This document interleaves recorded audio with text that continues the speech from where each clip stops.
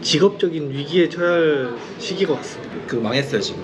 어제 센터 선생님이랑 이제 우린 다 잘릴 거라면서 여러분도 아시겠지만 챗 GPT 핫하잖아. 거의 이제 뭐 혁신이죠 혁신. 아니 근데 내가 보면 그 심리 상담 분야 직업이 없어질지도 모르겠다는 생각이 들었어. 난 특히 임상 쪽. 저 상담 쪽이요. 윤성이가 임상 전공이고 제가 상담 전공이거든요. 왜냐면 이게 검사 같은 경우는 진짜 컴퓨터가 더 잘할지도 모르겠다고 생각이 들었거든. 아니 풀 배터리 검사했어. 보고서 우리 막 4시간씩 걸리잖아. 더 걸리죠 더 걸려. 근데 뭐 한 몇 분 만에 나와. 하지만 그 심리 검사는 기본적으로 상대방의 미묘한 그 뉘앙스, 행동, 그리고 실제로 그 대면 자리에서 느껴지는 그 피검자의 어떤 인상 굉장히 중요하기 때문에. 근데 요즘에 카메라로 네. 그 안면 분석하는 거 나오잖아. 그때가 되면 상담도 우리도 없어지겠지? 지금 당신의 미세 표정이 슬픔을 말해주고 있군요. 그런 시기가 올 수도 있을 것 같아. 있을 것 같고, 근데 어차피 제 생각에는 그 수준이 되면은 거즘 모든 직업이 사라질 것이다. 없어지겠지? 네. 남아있을 수 있는 직업이 있을까요? 근데 사실 상담도 채팅 상담이 있거든요.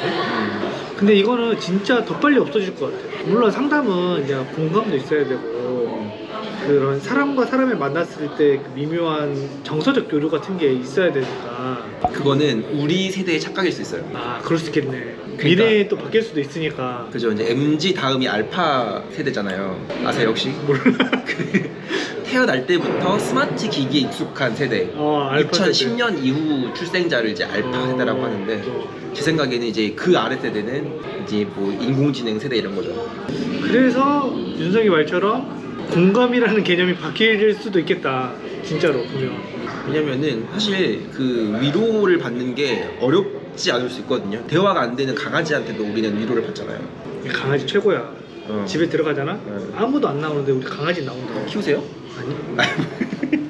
옛날에 키웠죠. 그러니까 말 한마디 안 통하는 반려동물한테도 내가 위로를 느낀다면 말이 통하는 AI 반려동물이 있다 생각해보세요. 반려기계.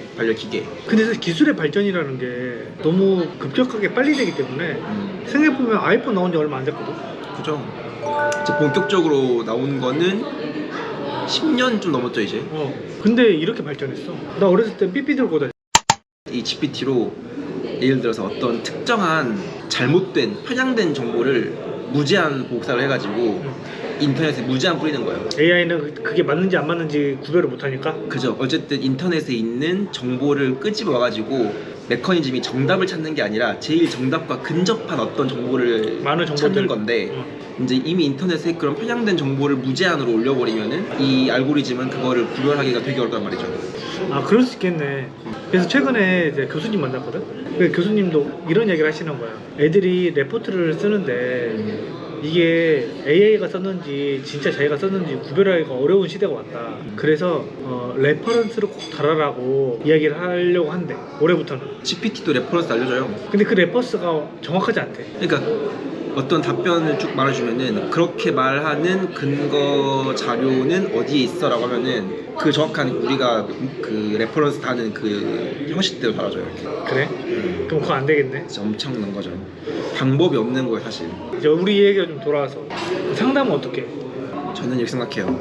잘 대답해주는 시대는 갔다.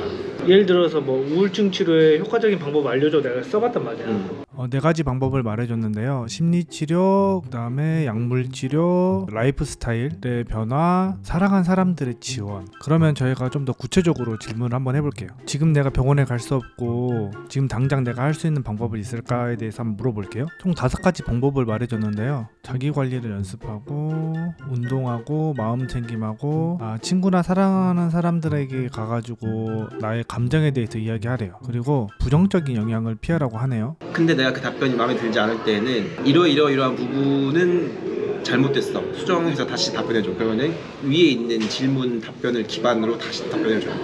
너무 이게 신기한 거야. 아니 지금 이게 아직 인터넷 서칭은 안 되잖아. 네. 어차피 기존에 있는 자료들로 말을 하는 거니까. 근데 인터넷에 있는 자료까지 검색할 수 있도록 네트워크가 연결이 되면 사실 진짜 이건 어마어마해질 것 같거든. 그래, 그 실시간 정보를 업데이트 가능한 대화 AI가 생기게 되면은 근데 그때 약간 좀 나무의 기회가 되지 않을까요? 그거는 진짜. 왜냐면은 아까 제가 말씀드렸던 것처럼 잘못된 정보? 실시간으로 올라온 정보는 무조건 가짜 정보? 그죠. 가짜 정보가 많잖아요. 저는 진짜 놀라운 게 뭐냐면은 있는 정보를 긁어와서 그거를 이야기해 주는 게 아니라 자기 나름대로 기존의 정보를 믹스를 해가지고 새로운 정보를 만들어내기도 하거든요. 그러니까 이론에 대한 탄탄한 기반이 있으면은 그걸 기반으로 얘가 나름의 인간 언어를 흉내낸 답변을 전달할 수 있다고 생각을 해요. 그러니까 예를 들면 이런 거니까 그 지능 검사 중에 공통성 검사라는 게 있거든요. 사실 그거는 만약에 얼토당토하는 단어 두 개를 이렇게 엮어가지고 공통점을 찾으라고 하면 사실 그거는 없는 정보예요. 근데 얘 잘 찾을 것 같은데? 얘는 잘 찾아요. 그러니까 예를 들면 이런 거예요. 알약하고 아이폰의 공통점.